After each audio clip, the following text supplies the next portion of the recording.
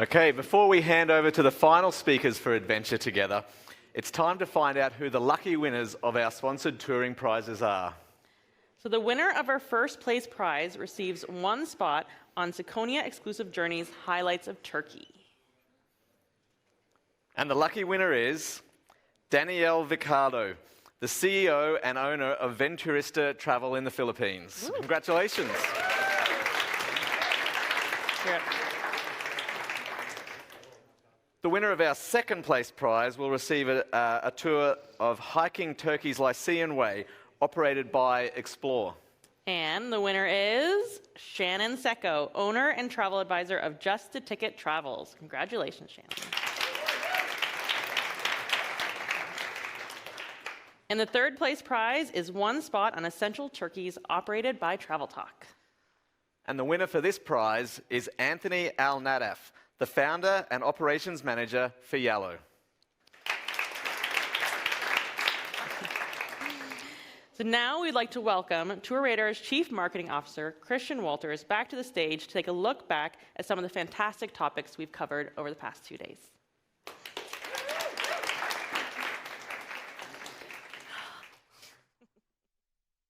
All right. Home stretch. All right, you hear me okay? Fantastic. So it's been my absolute pleasure to have all of you here, online and in the crowd here, and I can't wait for the people here at the crowd to have a beer with you tonight. It's not easy to sum up an event like Adventure Together.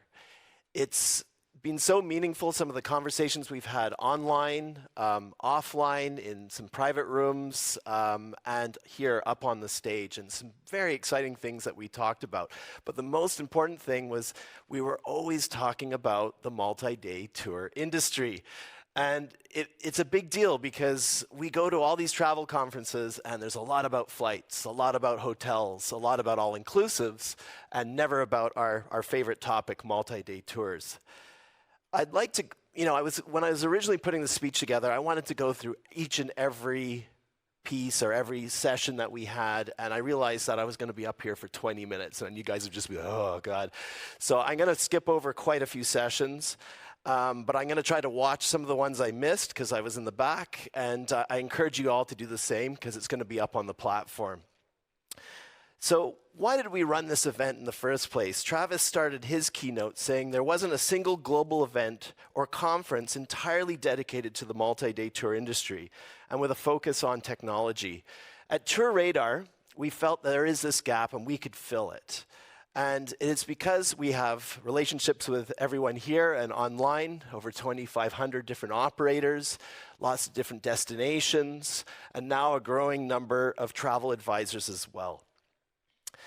Another thing, and to quote a former president of the United States, I've noticed that we've become a kinder and gentler nation. And that is because I believe we all survived the pandemic together. We all got walloped in the back of the head, and we've come out of it. We're alive, we're here.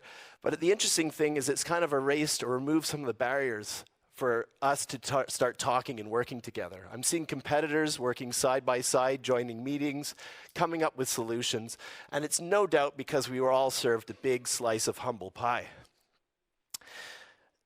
Now, I'm sure you were all energized like I was at Martinique's Breaking Down Barriers.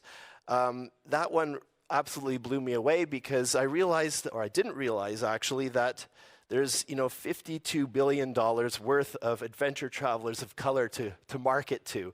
And I know as a marketer myself, I'm often guilty just treating the BIPOC community as something that you tick a box and you change a photo here and there. But we don't actually do a concentrated effort on creating a segment that we target. And we have actually a group of people that actually have people running it who are we trying to target. As well, what blew me away was the travel agent side of things, where we're seeing that they themselves are getting very technology savvy. And they're also doing some incredible things to get out there. Bill, Shannon, and Charles clearly demonstrated that to be a travel advisor in 2022, and beyond, you need to be fast, efficient, effective so that you can come up with the exact travel dreams that our customers are all looking for. Now, there's no coincidence at all that we focused a lot on climate and climate action. I just came out of a room with some incredible specialists, some experts right across the industry, and we were working on trying to figure out a solution and utilize TourRadar as a vessel to kind of get the word out there, to figure out ways we can measure our carbon and pass this knowledge on to maybe some of the smaller operators out there that are unable to afford some of the practices like the bigger operators like G, Intrepid, and TTC. Also, I think for all of us, we came out of the pandemic thinking about our contribution, our negative contribution to carbon emissions. And as well as avid travelers, we probably have all noticed, the different types of climate change in the places we know and love. Like there's definitely been some impact that we can physically see now. We don't just have to look at graphs and pie charts anymore. And what's like for myself, I was in an island called San Andres, which is north of Colombia. And since 2020, they've been hit by 2 hurricanes. They used to think that they were outside of the hurricane zone. Now they seem to be right in the path. There's an island just north of that called Provincial. They got hit by a hurricane and it destroyed 98% of its infrastructure and knocked out its tourism until this year. So it's definitely top of mind.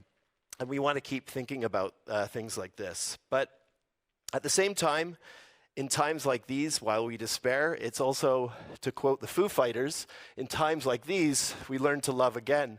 And I really felt that when I was experiencing and listening to the Hawaii's Malama philosophy and practice, where you look at a destination not as a place that you go and take a chunk of and then never go back again, but you actually are invited by the people in the community, and you think about the community and the people first and not necessarily the travelers first. And I think that is a very nice philosophy in the way we do things. On a lighter note, we talked a little bit just now about hybrid workspaces, and we're all enjoying and also hating this incredible chaotic time where we're coming into offices and we're in and out of them, and people are there and people are not there, and it gets really difficult. And it was kind of highlighted here as well at the event itself, because we've had a hybrid event, and definitely some of the audio and visual hasn't worked out as smoothly as we would have all enjoyed, and I think that kind of highlighted what it's like to work in this current age. But I'm also blown away by the technology. We had one panel where we had the moderator standing here in Vienna. We had someone in Hawaii talking simultaneously with someone in Scotland. Pretty cool stuff. But it's sort of like a joke to highlight it all, because when things don't work out on technology, there's this comedian who highlighted like how we are so complacent very quickly, and I thought it was hilarious because he basically used an example of a person sitting on a plane, and he just experienced Wi-Fi on the plane for the first time, and then the Wi-Fi stopped working a half an hour later, and he started complaining to the steward, threatening that he needed a discount on his ticket. And I believe the comedian kind of said, like, come on, man, you are in a chair flying through the sky. Like, come on, this is amazing technology. So, we sometimes can become complacent in that way. So, just to end it off, next year, we're going to do this again. We want to have you all back here. We want you to go back and encourage your friends, your colleagues, even your competitors, your partners, to come and join us, either physically here or, again, online, because we are going to do this hybrid event again. And it's so important for us because we can discuss all these really cool things and how it's related to our industry. And so that we can grow, we can prosper, we can figure out solutions together and get better at what we do.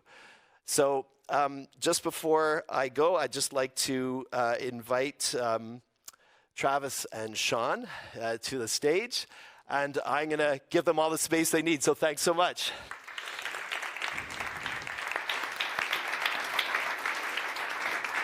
Thank you, Christian, and thanks everyone for another fantastic day.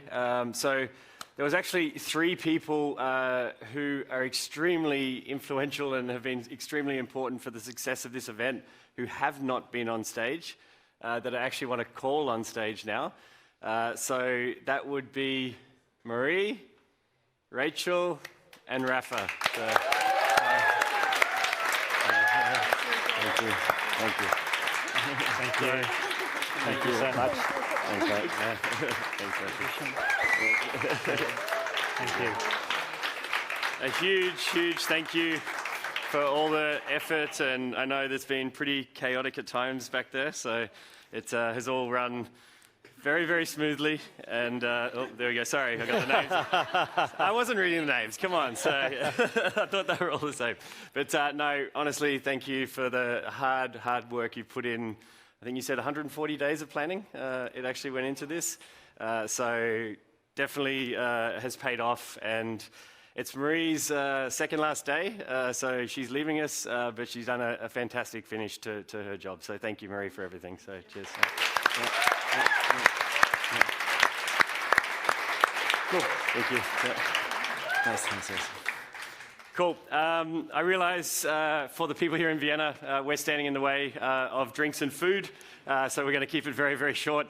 I actually just want to say a few words from my perspective from the last 2 days. So it was an honor to give the keynote and obviously give a few thoughts from my side of how I see the future of the ecosystem and of the platform. And the conversations I've had with so many of you and listening to the sessions, even talking to operators who say, I haven't been to an event like this where I'm sitting in the same room with my deemed competitors, but actually able to have a really good collaborative conversation with them. So I think that's what this event is all about. It is about bringing people together and collaborating. And the sustainability roundtable we just held out the back, really amazing to sort of get the input from really the industry leaders who are out there. We're just at the starting line of this, and we just want to use the platform we've created to help obviously facilitate the industry. So it's really nice to see the buy-in and obviously the vision that people also have for how TourRadar can be used to help on so many different fronts. So yeah, thanks for obviously coming to Vienna.